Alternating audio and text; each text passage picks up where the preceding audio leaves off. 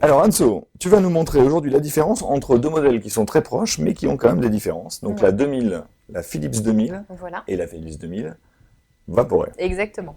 Donc, esthétiquement, comme tu peux le voir, elles se ressemblent quand même pas mal. Oui, c'est vrai. Très bien, Anthony, rapproche-toi pour Donc, montrer voilà. qu'elles se ressemblent vraiment. C'est des petites machines. Alors, on est sur de l'entrée de gamme Oui. en termes de machines automatiques.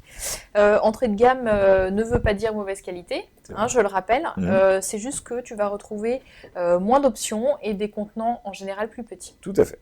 Voilà. Alors, je reviens sur mon modèle. Donc là, c'est la série le modèle de base. 2000. C'est le 2000 tout de premier base, modèle chez Philips. Ouais. Donc, c'est la série 2000. Donc, on va retrouver la série 2000 classique. Voilà. Et ici, la série 2000 vaporée.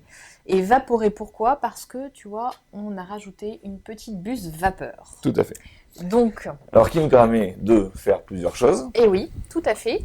Donc, la buse vapeur va te permettre déjà d'avoir un accès aux boissons lactées. Oui.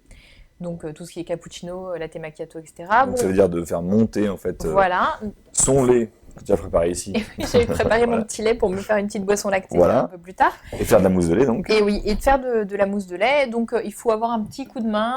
Il faut s'entraîner un petit peu pour réussir à monter une mousse de lait. C'est pas bien compliqué. C'est vrai. Voilà, il faut juste s'entraîner un petit peu. D'accord. Et puis. Et tu ne le retrouveras pas donc sur celle-ci. Voilà, donc c'est une option que tu ne retrouves pas. Donc sur la série 2000 classique, tu ne vas pouvoir faire que du café. Que du café, d'accord. Ce qui est déjà pas mal. Voilà. Alors ça fait bien sûr fonction vapeur, mais ça fait aussi fonction eau chaude. Exactement. Si on veut se préparer du thé. Tout à fait. Donc c'est vrai que le petit plus de la vaporée, c'est que tu peux faire donc du café, des boissons lactées et du thé, tisane, etc. Exactement. En ouvrant, donc la machine monte en température, tu ouvres ta buse et elle te sort de l'eau. Tout à fait. Grâce à cette fameuse molette du milieu qui du coup ne se retrouve pas sur celle-ci parce qu'il n'y en a pas besoin. Tout à fait. Voilà. Tout à fait. Alors autre différence entre les deux machines. Oui. Tu remarques que sur le bouton central, tu vas avoir la possibilité sur la série 2000 vaporée de choisir la longueur de ton café. Tout à fait. Donc soit un café court, soit un café long. Voilà, qu'on peut paramétrer d'ailleurs en longueur. Tout à fait, voilà. Les deux machines d'ailleurs sont programmables. Tu peux choisir la longueur de ton café. Par contre, sur celle-ci, sur la plus simple, tu n'auras qu'un bouton café, donc une seule possibilité de longueur déjà préenregistrée. Voilà, préenregistrée. Tu peux ensuite programmer la longueur que tu veux. Par contre, pour passer d'un café long à un café court, à la suite, il va falloir reprogrammer à chaque fois ce qui n'est pas compliqué, mais ça nécessite une reprogrammation. Tout à fait. Alors l'avantage de cette machine-là, si j'ai bien compris, c'est que tu vas pouvoir faire du multi-boisson déjà, c'est-à-dire café, boisson lactée et thé, eau chaude, alors que celle-ci c'est juste café. Ici on va pouvoir faire par exemple le bol du matin, ou le mug du matin, avec le grande tasse, et l'espresso du midi avec la petite tasse, alors qu'ici il faudra choisir, soit c'est long, soit c'est court, mais ça sera déjà préenregistré. Voilà, tout à fait. Est-ce qu'il y a d'autres différences? Il n'y a pas d'autres différences.